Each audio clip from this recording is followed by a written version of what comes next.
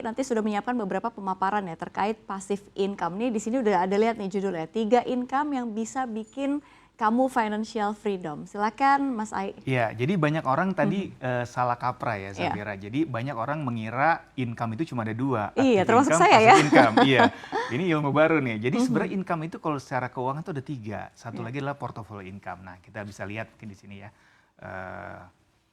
Nah ini, tadi sebenarnya udah dijelaskan sedikit ya. Active income itu biasanya lah penghasilan yang kita hasilkan dari pekerjaan utama yang memang menjadi backbone dari usaha atau mungkin kerja kita gitu ya. Kalau karyawan biasanya active income ya dari gaji gitu ya. Kalau wirausaha ya dari hasil penjualannya apapun dia usahanya gitu ya. Mau pakaian, minuman, makanan, tas dan lain sebagainya. Nah, passive income-nya gimana?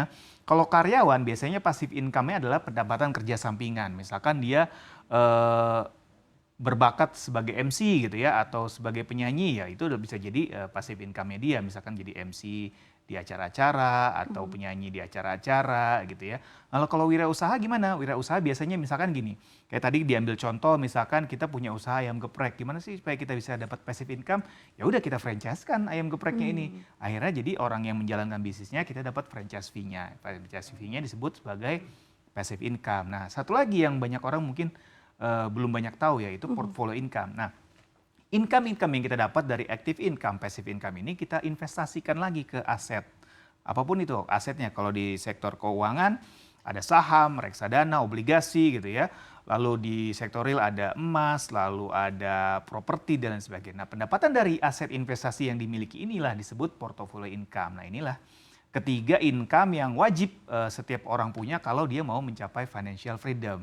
Nah, dalam mempersiapkannya tentunya harus secara bertahap gitu ya. Tidak bisa sekaligus bersamaan terburu-buru gitu. Jadi harus perencanaannya harus matang gitu. Nah, tipsnya gimana? Yang pertama, pilih pekerjaan atau usaha yang kamu nyaman jalaninnya gitu ya. Misalkan Safira nyamannya apa? Jadi anchor ya udah berarti pekerjaan utamanya atau active income bisa dihasilkan dari situ. Nanti passive income-nya cari lagi apa kira-kira potensi yang ada di diri kita Masih relate yang ya? masih relate. Misalkan tadi jadi MC gitu ya atau jadi moderator atau host dan lain sebagainya di event-event.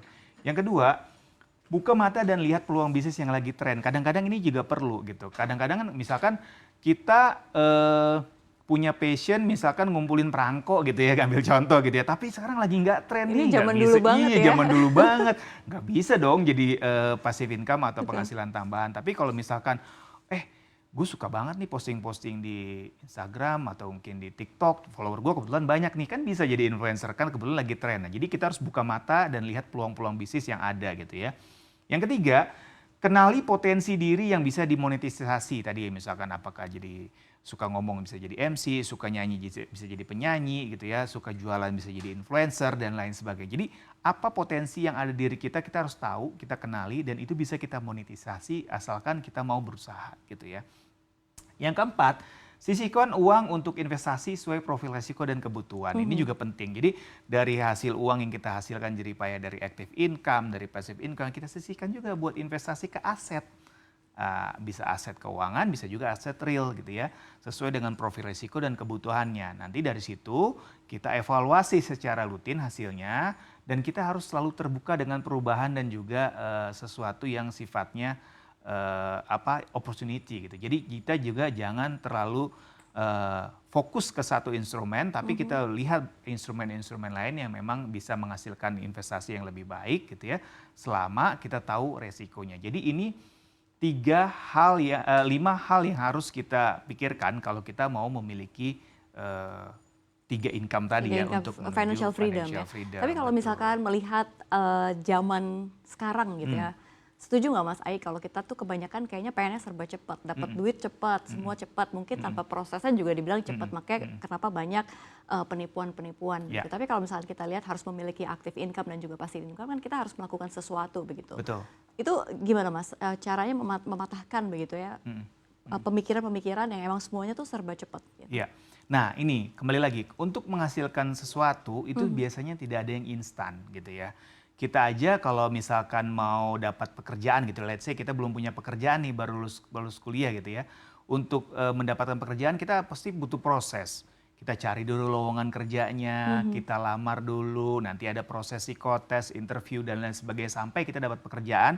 Udah dapat pekerjaan belum langsung dibayar kan, kerja dulu baru dapat gajian. Jadi kalau dari prinsip yang logis, tidak ada sesuatu yang dihasilkan dengan cara instan gitu. Jadi kita harus sabar. Yang penting kita punya planning. Apa nih yang ingin kita lakukan dalam pekerjaan, apa yang ingin kita lakukan dalam mencari passive income, apa yang ingin kita lakukan dalam mempersiapkan portofolio income. Dari planning tersebut kita mulai eksekusi bertahap sesuai dengan pace-nya gitu ya. Tadi seperti aku bilang di awal gitu ya. Yang pertama kita cari dulu active income-nya. Kalau udah ada kita perkuat kira-kira ini merupakan active income yang bagus apa enggak buat kita. Pekerjaan ini udah cukup bagus enggak sama kita. Sudah cukup menjanjikan enggak masa depannya buat kita. Kalau sudah oke, barulah kita tunjang dengan passive income. Apa kira-kira potensi diri kita atau passive income yang bisa kita lakukan gitu ya untuk nambah penghasilan kita. Oh ternyata dapat nih. Aku bisa nih jadi MC atau jadi influencer atau apapun gitu ya. Oke, kalau udah suka di situ jalan nih seriusin gitu ya. Kalau ternyata sudah nyaman, nanti mulai kita persiapkan portofolio income-nya, investasinya gitu ya. Mau itu di sektor real maupun di sektor keuangan. Nah dari situ baru nanti kita mulai evaluasi. Kira-kira semuanya udah berjalan sesuai dengan rencana kita apa enggak gitu ya. Kalau belum, ya kita ubah yang belum sesuai rencana. Yang penting kita open minded, tapi kita juga harus tahu semua resiko yang kita lakukan. Jangan sampai kita cuma ikut-ikutan doang, Safira. Misalkan kita investasi, gue si Sania ngikutin ya, karena belum tentu gue beli sama saham ya. deh, belum tentu sama gitu ya. Misalkan passive income-nya, di situ dia kayaknya enak tuh bisa jadi influencer, ya belum tentu kita passion atau bakat di situ. Jadi memang harus kita ketahui, gali potensi diri, terbuka dengan masukan-masukan dan juga tren yang ada gitu. Dan gak ada yang serba instan ya. Gak ada yang serba instan, semua butuh proses. Ya, semua itu berproses. Betul. Dan Mas Ai, kita beralih ke pertanyaan sosmed dari Instagram @CNBC Indonesia. Kita lihat ada @andi_88. Saya penasaran, apa investasi favorit Anda untuk menghasilkan pendapatan pasif dan mengapa menurut Anda itu adalah pilihan yang bagus? Lalu juga ada @1indah, ini @indah kali ya. Apakah ada strategi penghasilan pasif yang cocok untuk pemula? Jika iya, bisa ceritakan sedikit tentang langkah-langkah awal yang perlu diambil. Silakan Mas Ai. Iya, tadi pertanyaannya bagus. Jadi apa penghasilan passive income yang favorit? Sebenarnya gitu, kembali ke diri masing-masing. Karena setiap orang pasti akan berbeda, Safira. Safira dengan aku pasti berbeda. Safira lebih suka misalkan ngomong gitu ya. Oke, passive income-nya mungkin bisa jadi MC, bisa jadi host, moderator, anchor, moderator, dan lain sebagainya. Aku mungkin lebih suka ngasih edukasi soal keuangan. Passive income aku mungkin lebih cocok jadi pembicara-pembicara di event keuangan, ngajar di kelas-kelas atau di kampus atau di workshop, seminar dan lain sebagainya. Jadi memang idealnya passive income itu harus kita bangun dari sesuatu yang kita suka dan kita cari peluangnya untuk dimonetisasi gitu ya. Jadi jangan sampai itu tadi kita ikut-ikutan karena setiap orang mungkin berbeda gitu ya. Apa yang menjadi ciri khasnya dia, apa yang menjadi kebiasaannya dia, apa yang akan nanti cocok buat dia menghasilkan passive income itu akan berbeda gitu. Nah, buat pemula langkah awalnya apa? Kita cari tahu dulu nih, kita sukanya apa gitu ya. Masing-masing orang kan pasti akan berbeda tadi ya. Kita sukanya apa? Terus kita punya kemampuan apa? Lalu kita cari kira-kira dari kemampuan atau passion yang kita miliki atau hobi yang kita miliki, gimana nih cara kita bisa menghasilkan uang atau dimonetisasi gitu ya. Misalkan kita suka tadi parfum, let's say. Oke, kita beli parfum-parfum, mungkin bisa kita olah, kita jual kembali gitu ya misalkan. Atau kita bisa jadi distributor gitu ya, kita cari parfum-parfum yang memang kira-kiranya lagi banyak diminati, harganya terjangkau gitu ya, bisa kita jual kembali gitu. Jadi yang penting kita kenali potensi diri, kita lihat peluang dan jangan malu untuk mulai usaha gitu ya. Kadang-kadang banyak orang gagal di memperoleh passive income karena dia malu. Gengsi ya? Gengsi. Gue kan udah jadi anchornya CNBC, masa gue harus istilahnya jualan MC di produk luar atau gitu jualan ya? produk. Okay. Kenapa enggak? Selama itu halal kan harusnya dilakukan aja gitu ya, nggak ada yang salah gitu. Karena semua orang pun pasti mulai dari nol gitu, nggak ada yang langsung besar. Jadi memang keberanian untuk memulai ini juga menjadi satu faktor yang penting ya, Safira. Oke, mungkin tadi pertanyaannya sebenarnya apa sih passive income yang masih relate di 2024 kali Mas Ai? Kalau menurut Anda apa nih? Menurut penglihatan Anda sejauh ini? Banyak ya. Sekarang ini kan memang yang paling istilahnya booming dan trendsetter di kalangan anak muda terutama ya. Tidak hanya anak muda sebenarnya, Gen Z dan juga kalangan yang milenial pun media sosial. Media sosial ini suatu platform yang bisa kita monetisasi dengan sangat maksimal dan sangat luas gitu ya. Tinggal apa yang mau kita monetisasi gitu ya. Konten apa yang mau Konten kita apa atau produk sajikan apa ya? gitu ya. Kan kita bisa juga jualan produk, bisa juga jualan jasa gitu ya. Tinggal dipilih kira-kira apa kira-kira yang memang menjadi potensi diri kita atau yang lagi tren gitu ya. Kayak misalkan sekarang financial planner, profesi financial planner sekarang mulai nanjak. Apalagi dengan era sosial media seperti sekarang, banyak influencer-influencer keuangan yang mulai mengadakan kelas-kelas online gitu ya. Lalu memberikan edukasi-edukasi lewat medsos yang akhirnya bisa masuk endorsan gitu ya Iya. dari produk-produk keuangan gitu ya, produk-produk investasi itu kan bisa jadi potensi untuk passive income juga gitu. Atau sekarang lagi kalau di sektor real yang lagi booming kosmetik gitu ya. Kosmetik. Sekarang semua bisnis kosmetik, skincare gitu ya, parfum dan lain sebagainya itu mungkin bisa jadi peluang juga Untuk yang passive income. untuk passive income kalau memang dia suka ke arah sana. Jadi memang banyak sekali. Intinya di era medsos seperti sekarang kita bisa mendapatkan passive income dengan mudah dan dengan cost yang sangat murah. Itu yang paling Baik. penting. Oke, menarik. Mas, ada lagi nggak presentasi yang mau disajikan ke Iya, Sobat nah Cuan? selanjutnya yang harus kita tahu adalah strategi mengelolanya. Kalau tadi tips mendapatkannya, lalu bagaimana mengelolanya? Kalau active income ini utamakan untuk kebutuhan jangka pendek dan kebutuhan darurat. Jadi untuk daily routine spending gitu ya, untuk kebutuhan hari-hari. Idealnya memang kita keluarkan dari active income.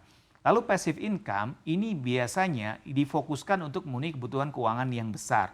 Misalkan kita mau beli rumah, mau menikah gitu Pasif ya? ya, dari passive income kita sisihkan. Nanti bisa didukung oleh portofolio income-nya. Kalau misalkan ternyata kita masih bisa sisihkan uang untuk investasi, kalau misalkan dari passive income kurang, kita bisa ambil dari portofolio income.